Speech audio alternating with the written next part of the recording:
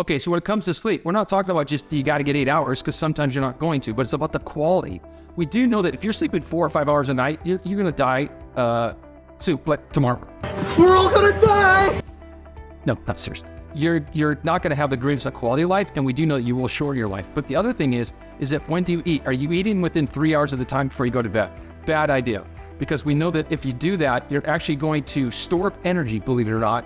It doesn't matter if it's just carbohydrates, but if it's carbohydrates, that's even worse. You're going to build all this energy, this ATP, in the mitochondria, and then the mitochondria are actually not going to be able to function.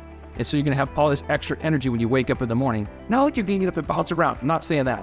What I'm saying is in the cell, in the mitochondria, you're going to have all this extra energy, and that's actually bad for the cell because it builds up. You'd rather be in a fasted state, so you'd want to stop eating 3 hours before you go to bed. The way to do that is eat high quality foods, right? Good fats, good proteins, and then limited carbohydrates. I'm not saying no carbohydrates, but I'm saying do some type of intermittent fasting. Make sure you're not drinking coffee past like 2 or 3 o'clock in the afternoon.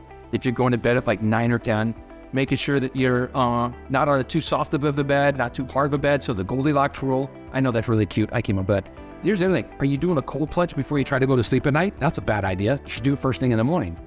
I told you that was a bad idea.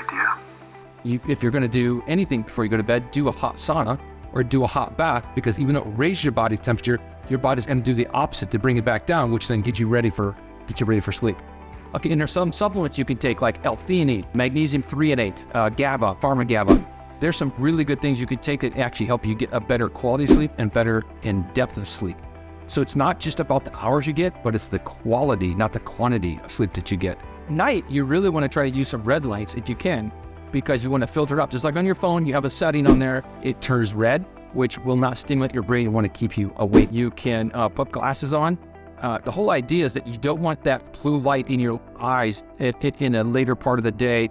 The other one, like this, when you talk about sleep, didn't talk about that earlier. You want to make sure that you're in a really dark room, as dark as you can handle it. I mean, I'm talking like jet black, if you can just black everything out in there, because there's been research that if any light's on, they've even taken patients where they let them sleep, but they put a pen light laser, red light laser back behind their knee, and they measured their sleep patterns, and they found that every night that they did that, their sleep was off. And every night they didn't do that, they slept much, much better. It also depends on what position do you sleep in. Do you see, like, we could go in freaking a million directions? Do you understand, like, health is, like, some people get overwhelmed with this and they just kind of give up because they don't know where to start. That's why you find yourself a coach. Could be a doctor like myself, or could be a health coach, or it could be a personal development coach, or whatever it is, but you have to find a coach. Every great coach has had a coach. John Wooden had a coach that he listened to. Phil Jackson with the Bulls had a coach that he listened to. And I can tell you this, that if you're not looking at the way you sleep, you don't look at the shoes that you wear, you don't look at the people you hang out with, you don't look at the last 5 books that you've read, you don't love your job, you're not in love with the person you're with, and well, first of all, it's yourself. Even if you're not in love with yourself, that's kind of sucks too.